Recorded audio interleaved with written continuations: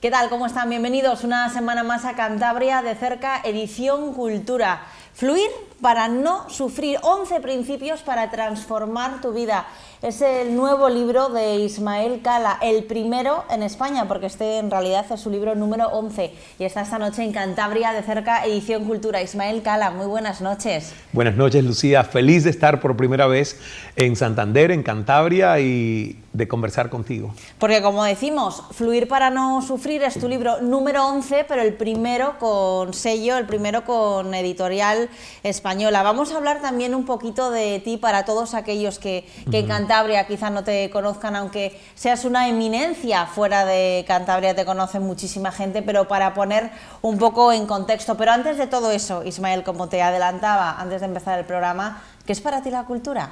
La cultura para mí es ese elemento aglutinador que da identidad a los pueblos. Es lo que nos diferencia y es además lo que nos hace una celebración tan pluridimensional de lo que somos. Siento que la cultura es la expresión máxima de la imaginería y la creatividad de nuestras sociedades. Y por eso es tan interesante moverse por el mundo, por esa diversidad de culturas y de expresiones a través de la cultura, de cómo nosotros interpretamos el mundo o lo reimaginamos. Yo amo la cultura, de hecho por eso mi primera selección de carrera universitaria fue licenciatura en Historia del Arte y fueron 5 años estudiando cultura acompañada por historia y filosofía. Entonces es maravilloso.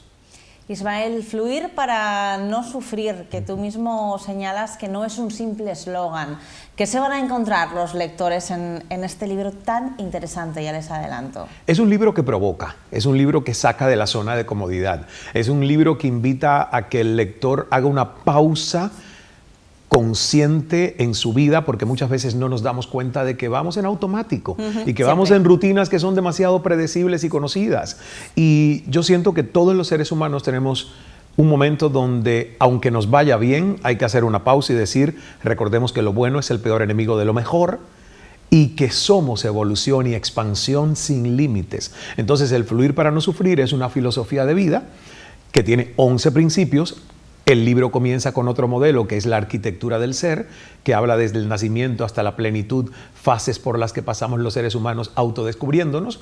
Y yo creo que además lo más importante del libro es que no se queda en un estudio teórico, sino que presenta ejercicios, herramientas, tiene una página de apoyo que es fluirparanosufrir.com, donde hay meditaciones guiadas, donde hay exámenes de autodiagnóstico. O sea, es todo un estudio de quién soy yo hoy para el lector. Ismael, yo he ido anotando cosas que he encontrado a lo largo de las páginas y tú mismo señalas que fluir y aceptar no significa dejar que las cosas sucedan, sino hacer que las cosas pasen. Me gusta. Sí, porque mucha gente dice que fluir para no sufrir, que si es dejo todo como está, no hago nada, y yo digo no, al contrario. Cuando hay algo que quieres cambiar porque no te gusta, nosotros tendemos a ofrecer resistencia, ¿ves? A ofrecer fuerza bruta. Y por física clásica sabemos que dos fuerzas que se contraponen crean desgaste. Entonces, el fluir es decir, ok, me sereno, me relajo, acepto la realidad que me está confrontando y que no me gusta hoy, tanto interna como externa, para poder desde ese estado de relajación y serenidad tener la capacidad de crear una estrategia de diseño y de cambio. Cuando nosotros estamos tensos, está demostrado que incluso no nos llega suficiente sangre al cerebro pensante. Solo se irriga el cerebro primario, que es el que por instinto reacciona, ¿ves? Entonces, el fluir es decir, yo quiero cambiar esto, pero hoy acepto que es mi realidad para ver si desde mi inteligencia superior pensante puedo imaginar una estrategia de cómo la cambio. Y créeme que es la solución más inteligente para los seres humanos. Para eso se nos dio el cerebro pensante y esta corteza prefrontal que puede imaginar y crear lo imposible. O sea, el primer paso es aceptar. El primer paso es aceptar. Y fíjate que es un paso muy difícil, porque en las fases de un duelo, por ejemplo, cuando tienes una pérdida de un ser humano, nadie llega a aceptar de primera. si no se ha entrenado lo suficiente. La negación es la primera etapa. Y negación es no fluir. Negación es resistir. Negación es cuestionar. Negación es renegar. ¿Por qué a mí? ¿Por qué yo no merezco esto? ¿Qué me está pasando? Y ahí perdemos mucho tiempo en la negación. Es una época natural de cualquier duelo, de cualquier cosa que nos confronta, pero hay que salir de ella lo antes posible y pedir ayuda para llegar a la aceptación que sí produce una transformación. Ismael, ¿cómo surge la idea de hacer este libro? Bueno, este libro yo digo que es el más riguroso, el más completo de los 11 que he escrito hasta ahora. Me llevó 5 años. Tiene el trabajo de un equipo multidisciplinario que me acompaña en Khan Academy, que es la escuela online que nosotros lanzamos en el 2019 y donde tengo expertos de diferentes áreas que me ayudan a poder corroborar científicamente con estudios de universidades los conceptos y las recomendaciones que nosotros ponemos al lector. Porque yo soy una persona que, al ser periodista, al haber nacido en Cuba, donde incluso me quitaron la religión por muchos años, aunque yo mantuve a Dios en mi corazón, siempre crecí altamente escéptico. Entonces todo me gusta saber que si ya la ciencia llegó allí, entonces tengo cómo demostrarle a un cerebro todavía demasiado basado en la razón que esto ya es científico. Pero no vivo por el paradigma de la ciencia porque a la ciencia le toma demasiado tiempo verificar todo lo que existe. Entonces hago ese juego con la ciencia para los que lo necesitan, pero al mismo tiempo yo vivo por el paradigma un poco más abierto de creer para ver. Si tú lo crees aquí, lo creas acá en tus manos. Ismael, antes al inicio de esta entrevista ya adelantaba a todos los telespectadores que eres muy, muy conocido fuera de nuestras fronteras, fuera de Cantabria, fuera de España, pero quizá para aquellos telespectadores que quizá hoy te estén viendo por primera vez, que estén empezando a escuchar esto de Ismael Cala, fluir para no sufrir, ¿cómo te presentarías? ¿Quién es Ismael Cala? ¿Y cómo se empieza a acercar a todo este tipo de temas con los que escribes y trabajas? Pues Ismael Cala es un ser humano que es intrépido, que es altamente curioso, que le es hasta difícil a sí mismo encasillarse en un único título. De hecho, cuando yo dejé de ejercer el periodismo como tal, la gente me decía, ¿y ahora qué eres, motivador? Y yo le decía, no, que te motive tu abuela. Yo no quiero motivar a nadie. Yo simplemente he descubierto que todo el tiempo que le he invertido a el autoconocimiento, a estudiar psicología positiva, algo de psiconeuroendocrinoinmunología, me encanta la psiquiatría, inteligencia emocional, liderazgo, todo eso me ha hecho un mejor ser humano, más consciente, más responsable. Entonces, hoy yo soy como una especie de estratega de vida y emprendimiento, porque me gusta que la gente emprenda y que tenga mentalidad autonómica de emprendimiento. Entonces, a eso me dedico de diferentes maneras. Sí. Ismael, no somos dioses, somos mortales e imperfectos, pero eso es apenas una parte de lo que somos. ¿Qué somos? Porque somos seres que sí están atados a una partícula de Dios. En nosotros hay divinidad. Yo le digo a las personas, y por eso es el principio número 2 del modelo de los 11 principios, es espiritualidad. Y hay mucha confusión entre espiritualidad y religiosidad. La gente cree que la religiosidad es la única forma de mostrar nuestra espiritualidad y no lo es. Hay gente que es altamente religiosa y son parásitos de su fe y son cero espirituales porque solo creen que su religiosidad está en ir a un templo. Cuando tú estás contigo, Dios está contigo. ¿Por qué? Porque tu aliento, tu respiración es una partícula de Dios. Nosotros somos una materia orgánica que está regida por una energía que le da calor y vida.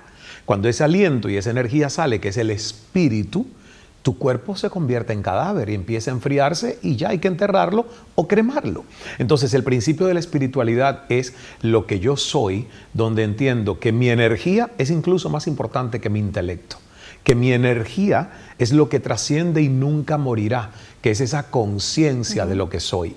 Entonces son obviamente conceptos profundos donde la ciencia todavía tiene el gran dilema de descubrir dónde yace la conciencia del ser humano, porque sabemos que hay una intervención en lo físico, que es a través del cerebro, y ese espacio que es la mente, que es también física y no física, pero hay mucho por descubrir. A mí me apasiona el tema de todo esto, de cómo nos vamos acercando con la inteligencia artificial a poder entender quiénes somos a un nivel mucho más de conciencia. Ismael, cuando hablamos de la mente, y te lo decía antes de empezar esta entrevista, ¿Es nuestra peor enemiga? ¿Nos castigamos demasiado, nos exigimos demasiado a nosotros mismos? Yo creo que la mente se diseñó para pensar, pero se diseñó para pensar en cómo sobrevivir. Entonces tiene un sesgo a la negatividad que viene históricamente revelado por la evolución del ser humano y la evolución del cerebro humano, donde cuando vivíamos sin tantas comodidades como las que tenemos hoy en la sabana africana o la Amazonía, habían fieras que nos atacaban en el medio de la noche. Entonces uno tenía que estar muy atento para sobrevivir a esas fieras. Y por eso dentro de nuestro cerebro está la amígdala, que es una pequeña glandulita que se activa y se inflama cada vez que tú interpretas que algo tiene cierto peligro o amenaza tu bienestar. Nosotros no nos damos cuenta de eso, pero estamos dándole ese poder de que se inflame esa amígdala, sentir estrés, sentirnos amenazados por muchísimas cosas que nos pasan. Por eso es que el entrenamiento de respirar, quitar el piloto automático de los pulmones, tomar pausas conscientes, hacer baño de naturaleza, música que me ponga en positivo. Hay una serie de cosas, llevar un diario, porque el diario hace que tú, al escribir, recicles pensamientos. Nosotros no tenemos, como en el estómago, un mecanismo involuntario y reflexivo que tiene el estómago de que cuando un alimento está en descomposición te hace expulsarlo. No tenemos lo mismo para el cerebro y la mente. ¿Por qué? Porque se nos dio libre albedrío, fuerza de voluntad propia, capacidad de poder elegir nuestros pensamientos, con cuáles engancharnos y con cuáles no. Entonces la gente cree que también a Dios le toca hacer ese trabajo por nosotros, y no, porque no serías independiente si alguien más lo hace por ti, ¿ves? Por supervivencia sí nos han puesto el mecanismo con los alimentos, pero acá en este espacio nos toca a nosotros abrir la piñata, ver qué hay dentro y hacer el trabajo de higiene todos los días. Ismael, ¿qué objetivos persigues con este libro? ¿En qué podríamos decir a grandes rasgos que va a ayudar a todos los lectores que se hagan con un ejemplar? Pues que haya menos automatismo en ir a las farmacias a automedicarse. Que la gente entienda que los fármacos están ahí como un recurso cuando son necesarios, puntuales y a veces hasta temporales. Que los fármacos no son la solución al insomnio, la solución a la ansiedad, que muchas veces son necesarios, pero para eso está un doctor que lo puede prescribir, cuando sí se necesita un fármaco para una intervención de mejorar y balancear la neuroquímica del cerebro o de cualquier otra parte del cuerpo. Pero eso que nosotros estamos viviendo hoy, que es que somos capaces de automedicarnos, de ir a una farmacia, de comprar esto para dormir, aquello para mejorarme el ánimo, sin hacer el trabajo, sin buscar cuáles son las causas raíces, sin dedicar tiempo o invertir tiempo en uno, a mí me parece el mayor autosabotaje, aunque sea involuntario, que nosotros podemos hacer con nuestra evolución y nuestro crecimiento personal. Eso es lo que yo quiero, que la gente entienda que el vivir y tu salud y tu bienestar no es responsabilidad de nadie más, es responsabilidad tuya, y que para eso hay que ignorar los atajos y hacer el trabajo. 11 principios que recoges en este libro. Antes hablábamos de la espiritualidad, pero ¿me puedes hablar de algún otro principio que vayamos a encontrar que consideres, bueno, todos son importantes, sí, pero que te vengan a la cabeza? Conciencia y elevación. ¿Y por qué conciencia y elevación? Porque el tema de la conciencia está bastante tergiversado. Tú le preguntas a alguien sobre conciencia y te va a hablar de la conciencia pequeña, la socialmente inducida, que tiene que ver con ética, de lo correcto o lo incorrecto, o con moral, de qué es moral y qué es amoral. Ambas cosas están construidas por los seres humanos. Yo hablo de conciencia con S y C, que es la conciencia elevada, que es cuando activo un observador consciente, que es una especie de testigo silente, que cuando yo me estoy hablando o te estoy hablando a ti, yo me estoy escuchando. ¿Ves? No hay manera de que yo diga en esta entrevista algo de lo que me vaya a arrepentir, porque no estoy en automático. Yo estoy desde arriba, con mi conciencia, editando, filtrando y organizando las ideas que salen de mi boca. Entonces, ¿cómo yo sé que tengo conciencia en eso? Cuando alguien te dice, es que yo digo lo que pienso, digo, eres una bestia. Porque el pensamiento es el primer paso. El segundo es, organizo las ideas, las estructuro, miro el contexto y amorosamente digo de la mejor posible forma para crear comunidad o entendimiento con quien me está escuchando. Tercer paso, expreso, hablo. Eso es conciencia. Conciencia es sentir que hay una observación, hay una vigilancia amorosa y que no soy alguien que solo vive por su mente robot, que es una mente como que va ahí en automático, ¿no? Soltando cosas de las que después dice, perdón, perdón, no quise decir esto, perdón. Eso es conciencia. Últimamente se habla mucho, en los últimos años, y yo creo que quizá a raíz de la pandemia todavía más, de la resiliencia. Sí. Somos resilientes. Lo que pasa es que con la pandemia tuvimos que poner la prueba a nivel global. Se nos sacudió el piso, tuvimos que quedarnos encerrados en las casas, muchos perdimos los trabajos, en fin. Entonces se puso de moda que los psicólogos y los coaches pudieran entrenar a través de los medios de comunicación a recordarnos una cualidad que el ser humano tiene, intrínseca, que es resiliencia. La resiliencia es el diseño con el que nosotros venimos a este mundo. Fíjate, 9 meses en el vientre de nuestra madre, condiciones perfectas, nadando en paz, un cordón que nos lo daba todo, y al momento de nacer, nosotros decidimos dar un salto a lo nuevo, es un salto de fe, donde se corta el cordón, aprendemos a utilizar los pulmones, aprendemos a alimentarnos a través de la boca, aprendemos a mover los pies para buscar el equilibrio y andar, y aprendemos hasta hablar, porque ninguno de nosotros nació hablando. La resiliencia es la capacidad de aprender, desaprender y reaprender que tiene el ser humano. El caerse en un bache y decidir, esta no es mi tumba, aquí no me quedo. Puedo salir y salir hacia adelante. Y todos somos resilientes. Y es importante hablar de gratitud también, ¿no? Que es el principio número 11 porque cierra el ciclo. Ahora, mucha gente me dice, yo soy agradecido. A mí, el que me hace un favor, yo le tengo agradecimiento por el resto de la vida. Y digo, no estoy hablando de eso. No, estamos hablando de un principio que es una práctica deliberada de gratitud. No es el hecho de devolver con gracias o agradecimiento un favor recibido, un regalo recibido, una buena noticia dada. Aquí estamos hablando de tomar 5 minutos todos los días como práctica de vida para tú decir hoy, en este instante, cuáles son los 5 aspectos positivos que yo puedo celebrar o destacar de mi propia vida. Cuando un ser humano hace eso todos los días, es como que se pone un antídoto contra la desesperanza, la rabia, la tristeza, la frustración, la traición, porque nos pueden suceder muchas cosas. Pero cuando tu neuroquímica cerebral, después de la práctica de la gratitud, está en positivo, pues tú estás más sereno, que es el tercer principio, fuerza serena. La gratitud como práctica diaria crea fuerza serena y por lo tanto tus decisiones no van a ser tomadas desde tus instintos o tus vísceras, sino desde tu inteligencia más serena y amorosa.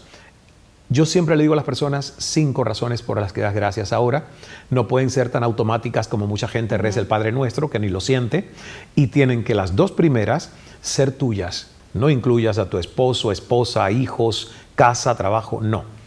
Un ejemplo, doy gracias por mis pulmones. Aunque yo no piense en ellos, no dejan de respirar por mí y para mí. Doy gracias por los deditos de mis pies. Aunque muchas veces no piense en ellos, cada uno de ellos es un punto de equilibrio para cada paso que me hace desandar por el mundo. Esos 2 son tuyos. Y luego ahí incorporas todo lo demás, incluyendo el agua caliente con la que te duchas, la comida que llevas a tu mesa, el trabajo, el dinero, las vacaciones, la casa, todo.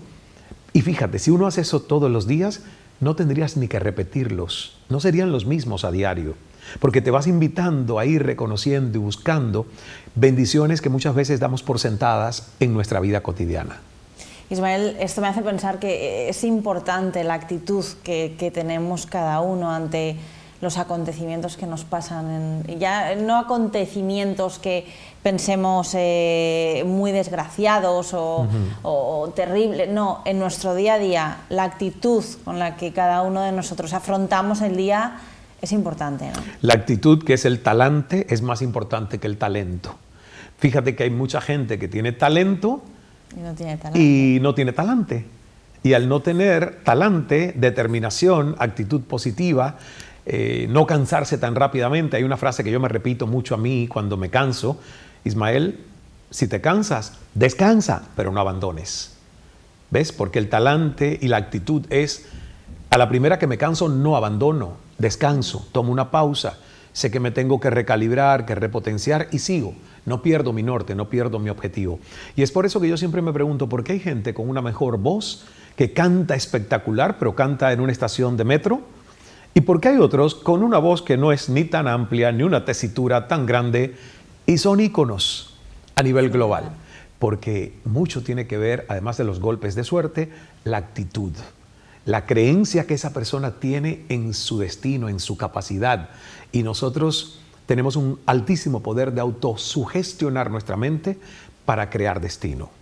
Ismael, ¿qué papel juega el bambú en este libro y que además lo encontramos en esta preciosa portada? Por cierto. La portada es la mejor. Este libro tiene dos versiones. Sí, lo he visto. Tiene dos versiones, una para América con Penguin Random House y una de Editorial Diana, Grupo Planeta para toda España y Europa. Y la verdad, esta es mi favorita porque es que el bambú tenía que estar en la portada. El bambú es el símbolo de la naturaleza, a través de una ciencia que se llama bioempatía o biomímesis. El ser humano emula, imita, estudia leyes y principios de la naturaleza y los traspola a cualidades y características que podemos nosotros adoptar. Todo este modelo de los 11 principios está basado en el bambú.